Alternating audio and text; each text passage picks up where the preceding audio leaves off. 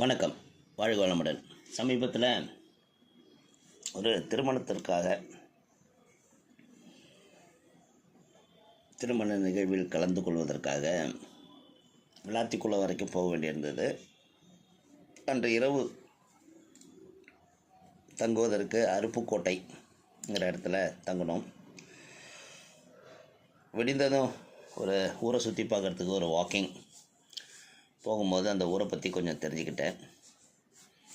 ஒரு டீ கடைக்கார்ட்ட நேற்று இரவு ஒரு கோயிலுக்கு போனோம், அதை தவிர வேறு எதாவது நல்ல கோயில் இருக்குதான்னு கேட்கும்போது, ஐயா இந்த பக்கமாக கொஞ்சம் தூரம் போங்க, ஒரு 5 நிமிடம் நடையில் ஒரு நல்ல கோயில் இருக்குன்னாரு. அவருக்கு அதுக்கு மேலே எதுவும் சொல்ல தெரியல. போனேன்.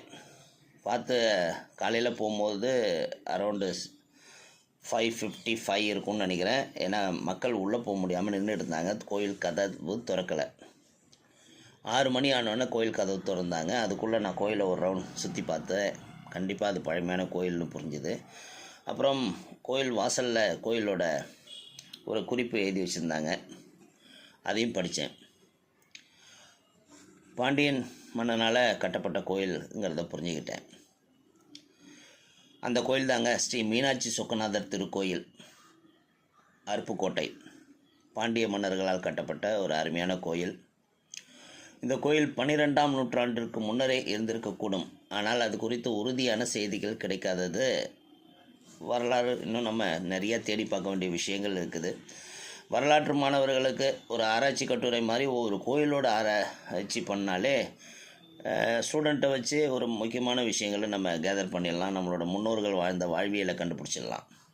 சரி, 12ஆம் நூற்றாண்டிற்கு பின்னர் கோயில் கட்டப்பட்டு விஸ்தரிப்பு செய்யப்பட செய்திகள் கொஞ்சம் கல்வெட்டு மூலமாக கிடைச்சிருக்குது. கோயிலுக்கு வலப்பக்கம் உள்ள திருச்சுழி சாலையை ஒட்டி தெற்கே சூரிய புஷ்கரணி என்னும் தெப்பக்குளம் 12ஆம் நூற்றாண்டிலேயே இருந்தது என்பதை தெப்பக்குளத்தில் உள்ள ஒரு கல்வெட்டு உறுதி செய்கிறது. அதனாலும் பாதுகாக்கணும் நம்ம அரசு. எனவே தெப்பக்குளம் இருந்த காலத்தில் கோயிலும் நிச்சயமாக இருந்திருக்க வேண்டும். அதனால்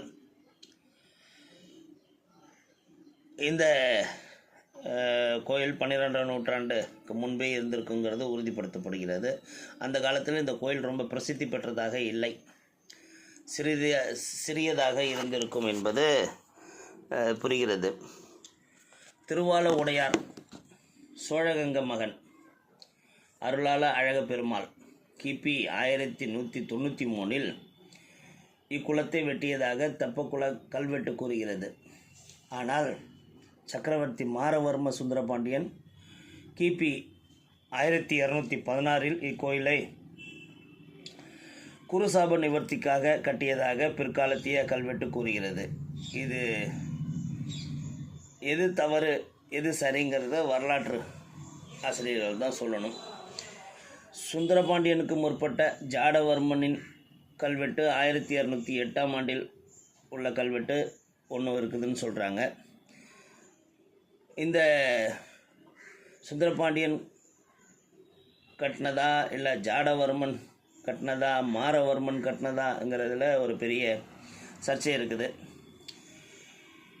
இதை அதிக அளவில் திருப்பணிகள் செய்து கோயிலை விஸ்தரிப்பு செய்தது சுந்தரபாண்டியன் கல்வெட்டாக இருக்கலாம்னு சொல்லிக்கிறாங்க.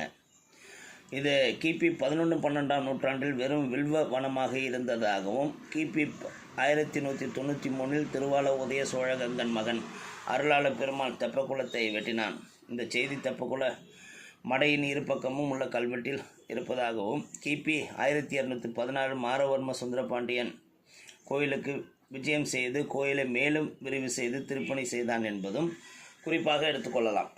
அதனால் ஒரு மிக பழமையான கோயில், மதுரை மீனாட்சி அம்மன் மாதிரியே இங்கே சொக்கநாதர் கோயில் இருக்குது.